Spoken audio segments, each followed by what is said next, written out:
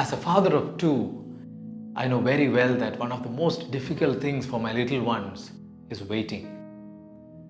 When they come to know that they have a dessert waiting for them after dinner, they find it very difficult even to finish off their dinner. And when we delay their dessert so that the dishes are done, the temperature in the kitchen and in the dining room rises. And this uneasiness in waiting is not gone when we grow old.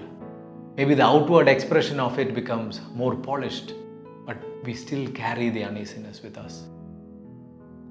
Whether it is waiting in line, whether it is waiting in traffic, or waiting for marriage, or waiting for a job, we hate waiting.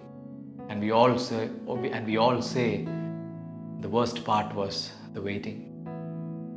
As a generation, we are being trained to hate waiting. We are being trained to be intolerant towards waiting.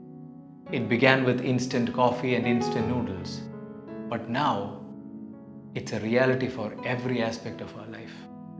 But when we look into the scriptures, we find a totally different picture, where waiting is portrayed as a virtue.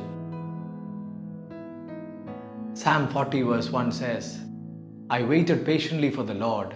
He inclined to me and heard my cry. Isaiah 40 verse 31 says, they who wait for the Lord shall renew their strength. They shall mount with wings like eagles. They shall run and not be weary. They shall walk and not faint. New Testament talks about waiting eagerly for the revealing of Jesus Christ. Romans 8 talks about waiting eagerly for our redemption, for the redemption of our bodies, for our adoption as sons. Why is this much emphasis given for waiting in the scriptures?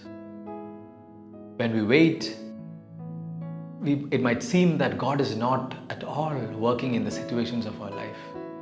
But the truth is, God is working in us. God is doing the glorious work of sanctification in us. He's teaching us patience. And when we look into 1 Corinthians 13, we find patience as the first attribute of love that is described there. So God is in fact building in us a heart of love for Him. And we find patience is a fruit that is born out of a heart that is humble. So God is working in us humility. He's creating us a humble heart. He's teaching us that God is sovereign and we are not. He's teaching us that in His time and not in my time. He's teaching us, have thine own way, Lord, not my way. Let your will be done, not my will. Waiting is God's gym where we work out our faith muscles so that we become strong when we are about to face much greater battles in life. I like the New Living Translation of Philippians 2:13. It says, God is working in you the desire and the power to do what pleases Him. So when we wait, God is working in us. He's working in us in such a way that even our desires are being transformed, and He is empowering us so that we will do the will of God.